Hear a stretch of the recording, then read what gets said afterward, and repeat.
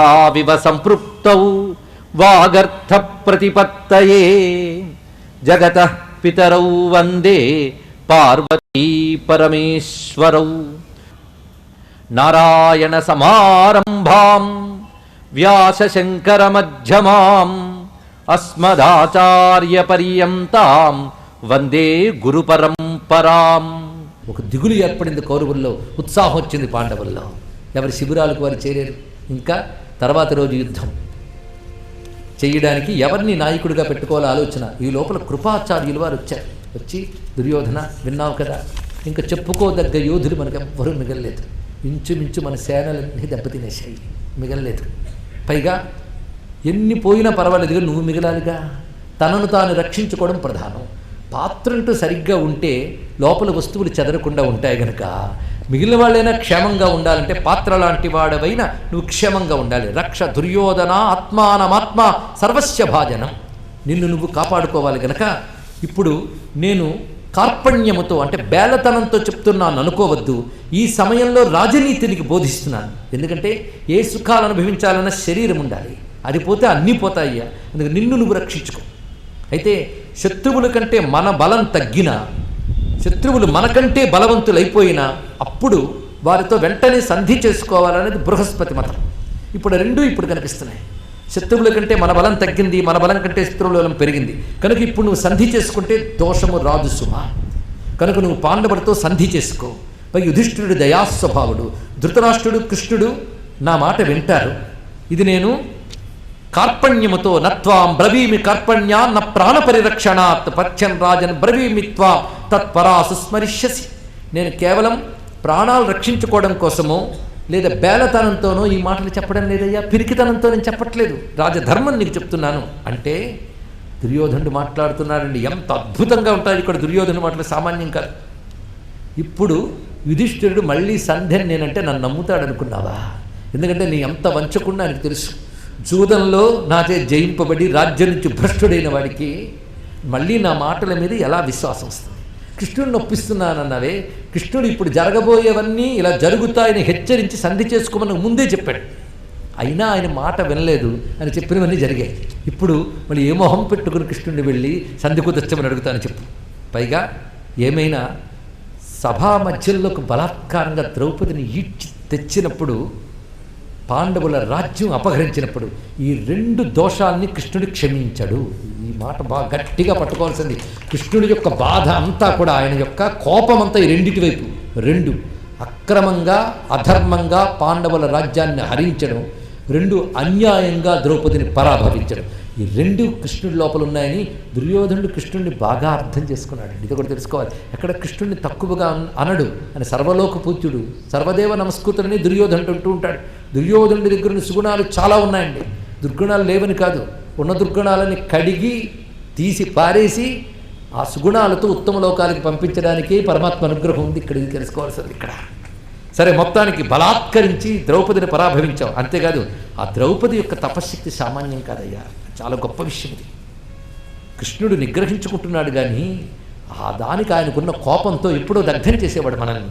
యథాచ ద్రౌపది క్లిష్ట మద్వినాశాయ దుఃఖిత స్థండిలే నిత్యదా శేతే యావత్ వైరస్య యాతనం. ద్రౌపది ఇప్పుడు వ్రతంలో ఉంది, తెలుసా నీకు? ఆ వ్రతం ఏమిటి అంటే, నేను మొత్తం నా వాళ్ళు నశించాలని వ్రతం చేతబట్టింది ఆవిడ. తన యొక్క అవమానానికి కారణమైనటువంటి వారు నశించాలని స్థండిలే నిత్యదాశేతే. ఆవిడ ఎల్లవేళల రాతి మీద నిద్రపోతుంది. ఉగ్రం తీపే తపకృష్ణ భర్తృణాం అర్థసిద్ధయే. తన భర్తలు కార్యసిద్ధి పొందాలని చెప్పి, ప్రయోజనాన్ని పొందాలని చెప్పి, మేము నశించాలని చెప్పి ఆమె భూషయనాది వ్రతములు చేస్తూ కఠోరమైన తపస్సులో ఉన్నది. నిక్షిప్యమానం దర్పంచ వాసుదేవ సహోదర కృష్ణాయ ప్రిష్యవద్ భూత్వా శుశ్రూషాం కురుతే సదా. అంతేకాదు కృష్ణుని యొక్క సోదరులు మొదలైన వారందరూ కూడా రక్షిస్తున్నారు. పైగా ఆ ద్రౌపది తపస్సు చక్కగా జరగడానికి సుభద్ర మొదలైన వాళ్ళందరూ సేవలు చేస్తున్నారు వాళ్ళందరూ కూడా. అటువంటప్పుడు ఇప్పుడు సంధి ఎలా పొసగుతుందో చెప్పు. ఆ భీమసేనుడు ఉన్నాడే, ఇప్పుడు సంధికి రమ్మంటే వాడు రాడు. ఎందుకంటే ఒక ప్రతిజ్ఞ పూర్తయింది, రెండో ప్రతిజ్ఞ ఉంది అన్నాడు. వాడు విరుగుతాడేమో కానీ వంగడు అన్నాడు. గొప్ప మాట ఇక్కడ, గొప్ప మాట చెప్పాడు. విరుగుతాడేమో కానీ వంగడు, వాడు అటువంటి వాడు. అంతేకాదు అటువంటి వ్రతం చేస్తున్న ఆమె ఇప్పుడు ఇటువంటి పరిస్థితుల్లో ఉన్నవారు వారితో ఏమన్నది? అయినా నువ్వు ఇప్పుడు హితవచనం పలకడం తప్పని నేను అనలేదు. సమయానికి తగినట్లుగా మా శ్రేయోభిలాషపై నువ్వు మాట్లాడావు. నువ్వు గొప్పవాడివి, నమస్కార యోగ్యుడు, ఇందులో సందేహం లేదు. కానీ నేను కూడా ఇప్పటికి జీవితంలో అన్ని తృప్తిగా అనుభవించానయ్యా. ఎన్నో యజ్ఞాలు చేశాను, ఎంతమందో బ్రాహ్మణులకు దక్షిణలు ఇచ్చానయ్యా, ఎందరినో పోషించాను, దీనజనులను ఉద్ధరించాను, పైగా శత్రురాజ్యాన్ని జయించాను, స్వరాజ్యాన్ని పాలించాను, ధర్మము అర్థము కామము అన్నీ అనుభవించాను, భోగాలన్నీ అనుభవించాను, పితృరుణం తీర్చుకున్నాను, క్షత్రరుణం తీర్చుకున్నాను, ఇంకా ఇంత సుఖం అనుభవించాను, ఇంకేం కావాలి? ఎవడైనా సరే బ్రతుకంతా సుఖం అనిపిస్తాను అనుకోకూడదు, దేనికైనా ముగింపు ఉంటుంది. కానీ ముగింపు రాని ఇంకా రాజ్యము సుఖము ఏమిటి? అంతేకాదు నా వాళ్ళందరూ నా కోసం చచ్చిపోయాక, వాళ్ళందరూ చచ్చిపోయాక నేను బ్రతకడం కోసం సంధి చేసుకోవడం ఏమైనా బాగుంటుందో చెప్పు. పైగా ప్రస్తుతం మహాత్ములైన భీష్మద్రోణాదులు ఏ మార్గంలో వెళ్ళిపోయారో ఆ మార్గాలు నా కోసం తెరచుకుని సిద్ధంగా ఉన్నాయా, ఆలస్యం చేయకూడదు. అందుకు పైగా క్షత్రియుడికి ఇంట్లో శయ్యామరణం గొప్పది కాదు, యుద్ధంలో వీరమరణమే గొప్పది. అది రాని. అందుకు ఎలా ఆలోచించినప్పటికీ కూడా నేను ఇప్పుడు సంధి చేసుకునే పని లేదు అనగానే, నువ్వు చెప్పిన మాట బాగుంది, కానీ నేను చెప్పవలసింది నీకు చెప్పాను అనగానే మొత్తం అక్కడ మిగిలినటువంటి క్షత్రియ వీరులందరూ కూడా సాధు సాధు అని దుర్యోధను అభినందించారు. ఆ సమయంలో ఇవాళ సైన్యాధ్యక్షుడు ఎవరయ్యా అంటే శల్యుని సైన్యాధ్యక్షుడిగా నియమించారు. శల్యుడు తెలిసిందేగా, వాడు మహానుభావుడు, 11 సేనాపతుల్లో ఒకడు, మద్రదేశాధిపతి. ఆయన అధ్యక్షుడయ్యాడు. యుద్ధం ప్రారంభమైంది. ప్రారంభంలోనే మొట్టమొదట శల్యుడు యుధిష్ఠిరుడితో చేసిన యుద్ధంలో యుధిష్ఠిరుని బాణాల దెబ్బకి శల్యుడు మరణించాడు. సేనాధ్యక్షుడే ముందు దెబ్బతిన్నాడు. ఆ తర్వాత శల్యుని అనుచరులు 700 మంది ప్రతీకార వాంఛతో కౌరవసేనల సహాయంతో యుధిష్ఠిరుడి మీదకి యుద్ధానికి బయలుదేరుతూ ఉండగా అక్కడ దుర్యోధనుడు వారించేట, మేమందరం కూడా సన్నద్ధులం వస్తాం, మీరు బయలుదేరవద్దు అని. ఎందుకంటే అటు సిద్ధమవుతున్నారు భీమసేనుడు, అర్జునుడు. వాళ్ళు ముందు నిలబడితే ఏమవుతుందో దుర్యోధనుడికి తెలుసు. వారించినా వినకుండా కోపముతో ఒకనొక ఉక్రోషంతో ముందుకు బయలుదేరారు శల్య అనుచరులు 700 మంది. ఆ 700 మందికి భీమసేనుడు, అర్జునుడు కలిసి సమాధానం చెప్పారు. వాళ్ళు సంహరింపబడ్డారు. ఆ తర్వాత మిగిలినటువంటి కొద్దిపాటి బలముతో, అది పదాతి బలం, అశ్వబలం, గజబలం, రథబలం, ఈ 4 బలాన్ని ఒక పద్ధతిలో పాండవుల మీదకి దాడికి తీసుకువెళ్లారు కౌరవులు. ఈ పదాతి బలంలో 21,000 మంది పదాతులని ఒక్క భీముడే అలవోగ్గా సంహరించేట. అది ఒక అద్భుతమైన అంశం. అది ఆయన యొక్క అతిమానుషమైన పరాక్రమంతో అది సాధించడం జరిగినది. ఆ తర్వాత సాత్యకి శాల్వుడు అనబడేటువంటి కౌరవసేనకు సంబంధించినటువంటి రాజుని సంహరించడం జరిగింది. సాత్యకి కృతవర్మకి పెద్ద యుద్ధం జరుగుతుంది. ఈ కృతవర్మ మహా శస్త్రాస్త్ర సంపన్నుడు, కానీ కృతవర్మ సాత్యకి చేతిలో ఓడిపోయి పరాభవింపబడి వెళతాడు. ఆ తర్వాత శంకుల యుద్ధం జరుగుతుంది. శంకుల యుద్ధానికి ద్వైరథ యుద్ధానికి తేడా చెప్పుకున్నాం. శంకుల యుద్ధంలో అందరూ కలిసి యుద్ధం చేస్తున్నారు. ఈ శంకుల యుద్ధంలో అర్జునుడి భీముడి యొక్క పరాక్రమంతో కౌరవసేన అనేక విధములుగా దెబ్బతింటున్నది. ఈ లోపల దుర్యోధనుడు కనబడలేదు. ఎక్కడున్నారో అని చూసుకుంటూ ఉంటే రథ సమూహ మధ్యంలో దాక్కుని ఉన్నాడు. ఆయనకి రక్షణగా మొత్తం రథ సమూహం అంతా ఉన్నది. అది అర్జునుడు చూసి, ఈ రథముల మధ్యములో దుర్యోధనుడు ఉన్నాడు, ఇప్పుడు అతన్ని ఎదుర్కొనాలి. ఇప్పుడు మొత్తం ఇక్కడి నుంచి చూస్తూ ఉంటే కౌరవసేన అంతా కనబడుతుంది. మనం 17 రోజుల క్రితం యుద్ధం ప్రారంభించుకున్నాం. అప్పటికి కౌరవసేన సముద్రం అంతున్నది. ఇవాళకి ఒక మడుగంత తయారైంది, చూసేవా కృష్ణ అన్నట్టు. ఇక్కడ అంత తగ్గింది ఇప్పటికీ అని చెప్తూ, భీష్ముడు పడిపోయిన వెంటనే దుర్యోధనుడు సంధి చేసుకుని ఉంటే మేలు జరిగేది, కానీ మూర్ఖుడిని దుర్యోధనుడు మాట వినలేదు. అప్పటికి భీష్ముడు చెప్పాడు. ఆ తర్వాత అశ్వత్థామ చెప్పడం అన్నీ జరిగినది, కానీ ఎవరి మాట వినలేదు. ఇంత వినాశనానికి హేతువయ్యింది అని చెప్తూ సవ్యసాచి భీమసేన సహాయంతో అక్కడ ఉన్నటువంటి రథబలమును అంతా కూడా రూపుమాపుతాడు. ఆ తర్వాత గజబలం, ఆ ఏనుగులను కూడా అలవోకగా భీమసేనుడు వాటన్నిటి ఎదుర్కొంటాడు. నిజానికి 10,000 ఏనుగుల బలము కలిగిన భీమసేనుకి గజబలాన్ని దెబ్బతీయడం పెద్ద విశేషమైన అంశమేం కాదు. ఈ విధంగా ప్రధాన బలములను ఒక్కొక్కటి దెబ్బతి భీముడు మొత్తం ధృతరాష్ట్రపుత్రులందరినీ సంహరించిన ఘనత భీముడిదేనండి. భీముడు తన యొక్క భుజబల పరాక్రమంతో మొత్తం ధాతరాష్ట్రపుత్రులందరినీ సంహరించాడు, విడతలుగా. ఒక్కడు మాత్రం మిగిలి ఉంటాడు, వాడు ఎవడో చూద్దాం తర్వాత. కానీ వాడు గాంధారి పుత్రుడు కాడు. మొత్తానికి ఎప్పుడైతే ధాతరాష్ట్రులందరూ సంహరింపబడ్డారో, ఇక సుశర్మ గుర్తున్నాడా? ఈ సుశర్మ అనేటువంటి వాడు ఉత్తర గోగ్రహణ సమయానికి ముందు దక్షిణ గోగ్రహణం చేసినటువంటి వాడు, మహాప్రతాపశాలి. వాడు ఇప్పటి వరకు ఈ యుద్ధంలో పాల్గొన్నాడు కానీ అన్ని చోట్ల జయిస్తూనే ఉన్నాడు. ఆ సుశర్మ కూడా వధింపబడ్డాడు ఈ యుద్ధంలో. తర్వాత సహదేవుడు ఉలూకుని ఎదుర్కొంటాడు. ఉలూకుడు శకుని యొక్క కొడుకు. ఈ ఉలూకుడు కూడా శకుని దగ్గర వంచన మొదలైన శిల్పంలో ఆరితేరినవాడు. ఈ ఉలూకుడు నిజానికి సహదేవుడిని కవ్వించి యుద్ధం చేస్తే ముందు సహదేవుడు కొంత దెబ్బతిన్నప్పటికీ మళ్ళీ తేరుకుని ఉలూకుని దెబ్బతీస్తాడు. ఆ తర్వాత ఉలూకుని తండ్రి అయినటువంటి శకుని మహా ఉక్రోషంతో సహదేవుడి మీదకి వస్తాడు. ఇతడు ప్రధానంగా దుష్టచష్టయంలో అప్పటికి నిజానికి ఇద్దరు వెళ్ళిపోయారు, ఇంకా ఇద్దరు మిగిలేరు మనకి. ఆ శకుని వస్తున్నాడు. ఆ శకుని ఎప్పుడైతే వచ్చాడో ఆ శకుని తన యొక్క బాణములతో దెబ్బతీస్తూ గాంధార దేశానికి సంబంధించిన బలిసిన గుర్రాలతో వచ్చేట శకుని. ఎందుకంటే వాడు గాంధార దేశం, గాంధార్ ఆఫ్ఘనిస్తాన్ వాడిది. అక్కడ ప్రత్యేకమైన ఆ గుర్రాలతో ఆశ్వికులతో అతడు వస్తూ చుట్టూ ఉన్న ఆశ్వికుల బలంతో వచ్చి సహదేవుడిని సులభంగా మట్టుపెడతానని భావించాడు. కానీ సహదేవుడు ఇక్కడ అంటున్నట్ట, క్షత్రధర్మే స్థిరో భూత్వా యుద్ధస్వ పురుషో భవ యత్తదా హృష్యసే మూఢ గ్లహం నక్షై సభాతలే. నీకు నిజానికి క్షాత్రధర్మం తెలియదయ్యా, నీకు తెలిసిందంతా వంచన ధర్మం. నీకు పరాక్రమం చూపించిన ఎక్కడ తెలుసు, పాచికలు విసరడం తెలుసు అంతే. అలాంటిది నువ్వు పరాక్రమానికి వచ్చావు, కానీ నువ్వు ఆనాడు విసిరిన పాచికలు ఇప్పుడు ఇంత యుద్ధానికి హేతువయ్యే. కేవలం ఆనాడు పాచికలు విసురుతూ ఎంత ఆనందించేవో ఇప్పుడు మేము బాణములు విసురుతున్నప్పుడు నీ యొక్క అనుభవం ఏంటో చూడు అని చెప్తూ ఫలమధ్య ప్రపద్యస్వ కర్మణస్తవ దుర్మతే, నాటిని వంచన జీవితానికి యొక్క ఫలమేమిటో ఇప్పుడు చూడు అని సహదేవుడి యొక్క విజృంభణ చాలా అద్భుతంగా ఇక్కడ జరుగుతున్నది. ఆ సహదేవుడి విజృంభణలో శకుని మరణించాడు.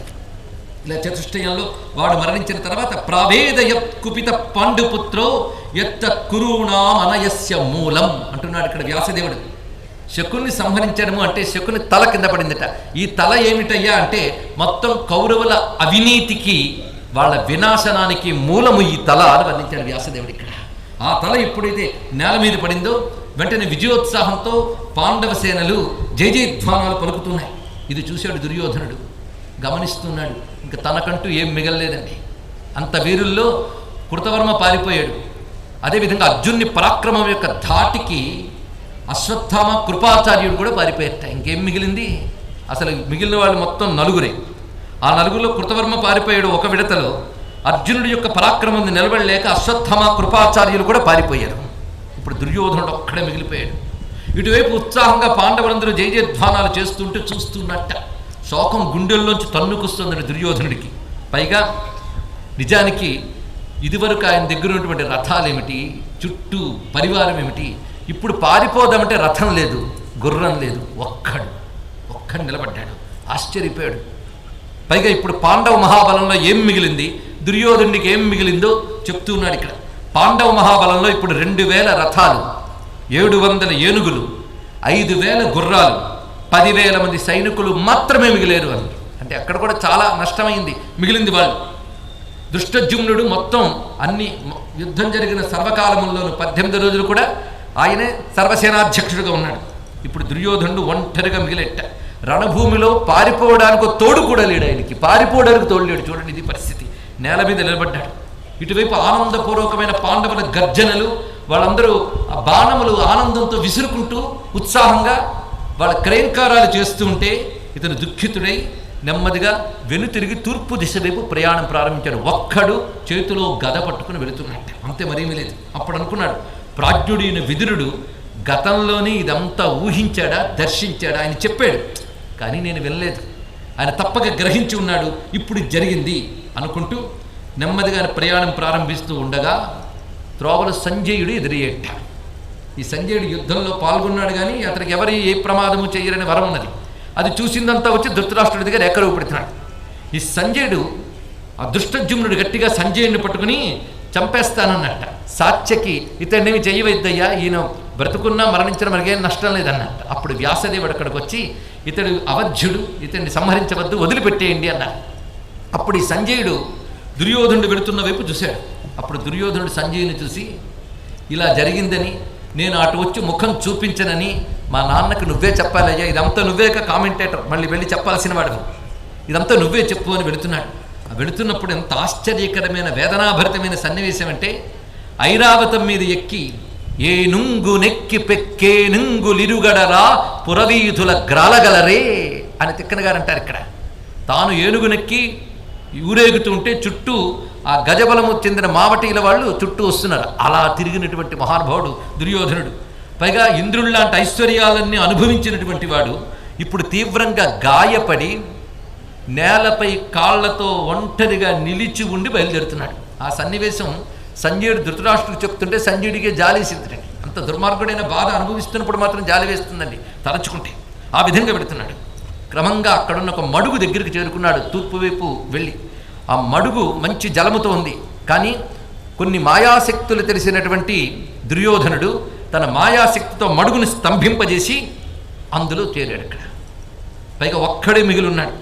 కానీ నిజానికి కృపాచార్యుడు వారు, అశ్వత్థామ, కృతవర్మ వీరందరూ పారిపోయారు. వాళ్ళు ఎంత గాయాలు తగిలాయంటే వాళ్ళు అలసట నుంచి ఇంకా తేరుకోలేదుట. వాళ్ళు ఎక్కడున్నారో వాళ్ళకే తెలియదు. అటువంటి పరిస్థితి. అయితే సంజయుడు ఒక్కడు మరి తిరిగి క్షేమంగా వెళ్ళిపోతున్నాడు. వీళ్ళు విడిచిపెట్టారు.